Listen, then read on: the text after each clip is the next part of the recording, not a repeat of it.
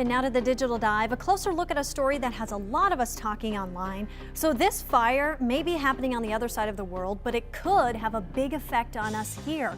Yemen rebels backed by Iran claim they used drones to attack one of the world's largest oil processing facilities.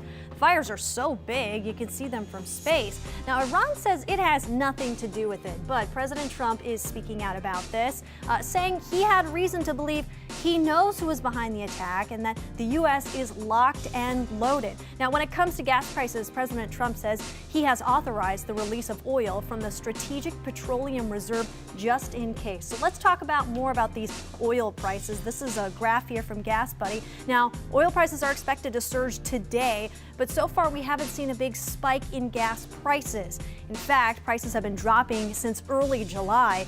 The average price in Minnesota this morning is $2.46 for a gallon, slightly higher in Wisconsin, and the national average this morning is $2.56. Now, we do have one comment, it looks like, from one of our Sunrisers.